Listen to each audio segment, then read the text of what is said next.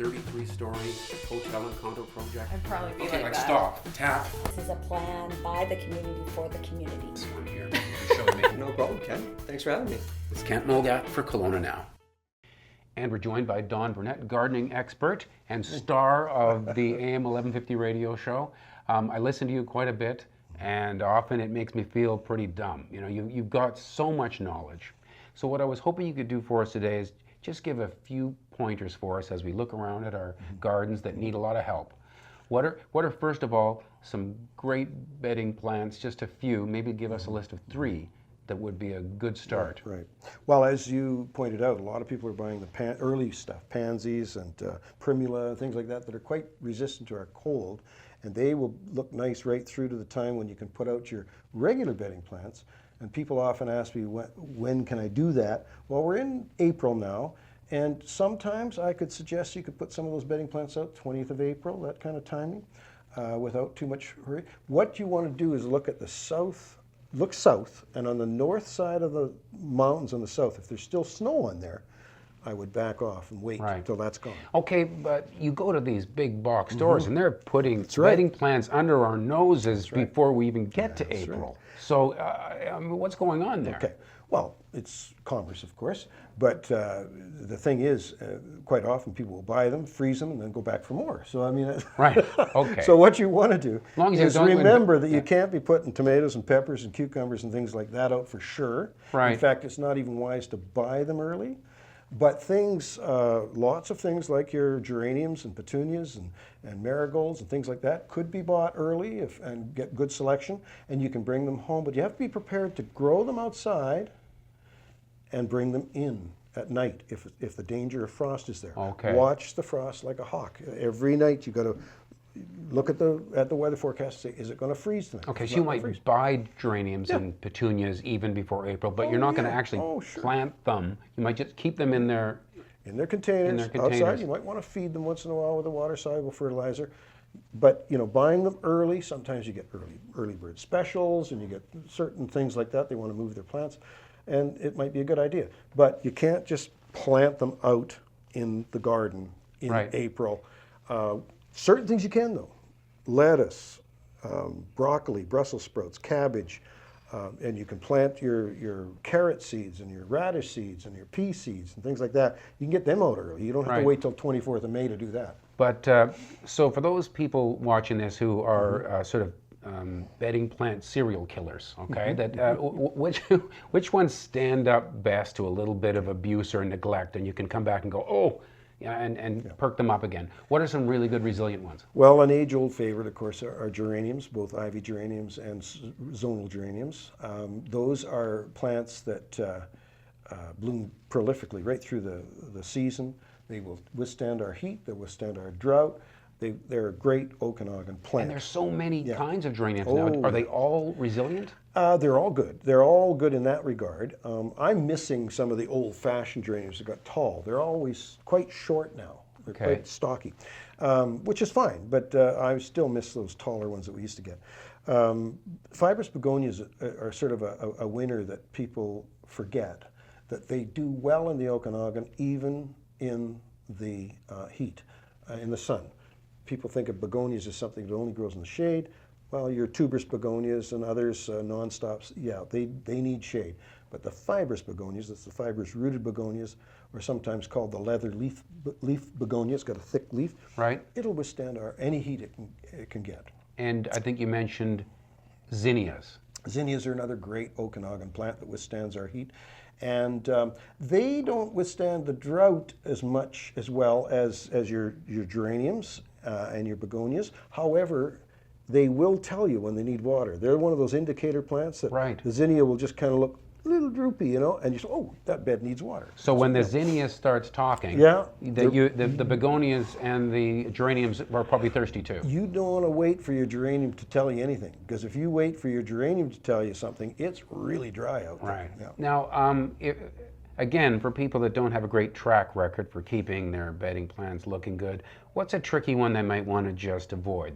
That might, call it some quits? Of the very fine foliage, fine leaf things like lobelia can be problematic in that regard. But for the most part, the big deal here is soil. You really want to spend time, energy, and some money on preparing your soil. It's what goes on down below the ground that's important, not what happens above. If you've got a good base of decent soil, well drained, got good organic content in it, and you have a fairly regular feeding program, you don't have to feed as much when they're in the ground as you do when they're in baskets. Right. When they're in baskets and tubs, that's when you've got to feed very, very regularly. Okay, now let's talk about that a little bit. People look around at the hanging baskets that cities put out, and it just seems like, wow, why don't my hanging baskets look like that? It's all food and water. They're really putting a lot of the food on, aren't they? Food and water. I mentioned this at one time. I tell stories about my wife once in a while, but she has a basket we have out front, and she's sort of in charge of it. And about middle of July, towards the end of July, she's pretty much killed it. And you know, I love her dearly, but boy, I'll tell you sometimes. And so last year I said, you know what, we're going to see if we can revive this thing. So we cut it right back. It had geranium in it, it had petunias, and it had some. I'm trying to think of the name. I can't think. That white thing that grows. Not Alyssum. We stumped Don Burnett. I know. love it. I'm just trying to think of the. You were human after all. Yeah. Anyhow, you're cutting back, right? But anyway, I sheared them back, and and gave them lots of food. And by mid to late August, they were just gorgeous again. Nice big fat basket. So I mean, it's amazing how you can revive these things. Okay, so I've seen that our hanging baskets, start to look kind of ugly. They're coming out of the pot just stringy and hanging down too far. A little life at the bottom, and it's just not looking any good. Hack that back. Shear it back and see what you can do. And you don't have to leave it out. I didn't leave this out in the front yard for the neighbors to see. Right. I took it back to revive it, and then I brought it back. And then it brought it back out, and you're a hero again. And so it's always nice. You always feel so good if there are some perennials that are just doing the work for you. What are a couple of good hardy perennials that people might want to? Perennials are probably the fastest growing portion of the industry right now. Perennial plants. That's a plant that comes back every year. Don't have to go to the garden center each year, as long as you didn't kill it last year. A lot of them are herbaceous, meaning they freeze to the ground, and then they come back again next year in the spring. Some of them are good bloomers. They'll bloom through the summer, like a lot of the Rudbeckias and that's the black-eyed Susans, and some of the dwarf Hemeroculus, the daylilies. They'll bloom through the summer. But a lot of them, they're good with foliage. Like a lot of the heucheras are great just foliage plants because they get colorful foliage. They can be used in tubs and baskets too, but quite often as border plants. And the neat thing about them is with a little bit of trimming each spring to take off all the dead growth and whatnot, they'll come back. Now I brought with me one of my favorite plants, and that's the hellebore, the Lenten rose, the hellebores. They are amazing. The new varieties of hellebores are just amazing. And they are pretty much evergreen. See that leaf there, that big leaf in front, stays all winter. That almost looks like a different plant. Yeah, it's just a large leaf of one of the original leaves.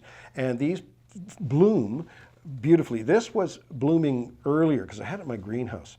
And this thing had bloom, and the blooms, each individual bloom, you can see the blooms there. Each individual bloom was very, very dark at the time. And then they fade to this lighter color. And then as time goes on through the season, they just sort of turn to seed here. But they still remain a pretty plant all season. And guess what? The deer hate them. The deer won't touch them. So that's one of the big deals. We get a lot of deer at our place. So, wow. Well, the deer love these. Will that keep them away from the other? Does it actually repel them? No, it doesn't repel them. They just leave that one alone. Okay. Yeah. But a secret I just learned today, driving around out in the Mission, I saw a hedge totally ravaged by the deer. And when it came up to a little bed of junipers that was only maybe a foot deep, they didn't walk in the junipers to chew the cedars. So I'm going to suggest to people, if they want a cedar hedge, maybe planting a few junipers at the base. These are Calgary carpet junipers or Prince of Wales junipers. The deer don't seem to want to walk in the juniper, so they stay away. The hedge was literally ravaged. Except for the juniper portion. Except where the juniper portion was, and then it was ravaged at the other end too. So and this one here is a miniature rose. You can buy these miniature roses in the flower shops and garden centers and stores. grocery stores even, at Valentine's Day and through the early spring.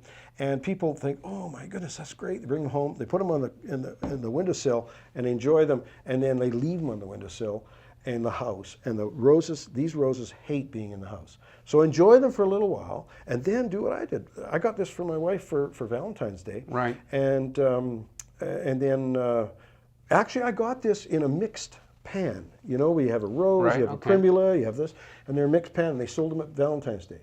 Well, I took the hyacinth and the primula and the little grape hyacinth out and the rose, and they had an ivy in there. I took them all out, into separate pots. Now I've got 5 different plants. What good value is that? Great. And Yeah. these guys. And one other thing, while we've got this here, it occurs to me, we were talking before we started recording here about these little white bits that you find in the soil. Now that's not to fertilize the plant. No, that's for holding air. moisture. That's for air. That's Making that air. helps Moisture is aerate. important. Okay. And the peat part of the soil will hold the moisture, but the perlite and the sand and things in there are for drainage. Okay. When plants need moisture. Yeah, They want to be sure. wet, but then they want to dry out. They've got to have air. If they don't have air, in the old garden soil, you would never want to take garden soil and put it in a container and plant into the container with garden soil. It's got to be open, peaty mix that has perlite and whatnot in it to help with the drainage. It's amazing. You know, we could talk about our gardens probably for a half hour. For how many years have you been doing that radio show on? 35 years. 35 years. And there's always something to talk about, isn't there? Yeah, never a dull moment. And of course, with Ken Selville on there with me, we've spent probably the last 25, 30 years together in the industry, either him working for me or we working together, or him in a separate business and me in a separate business. But we've always kept in close contact, and he's my partner in the show. So Terrific. Thanks very much, Don, welcome. for coming in. Thank you. That's Don Burnett, the plant expert, and you're watching Kelowna Now.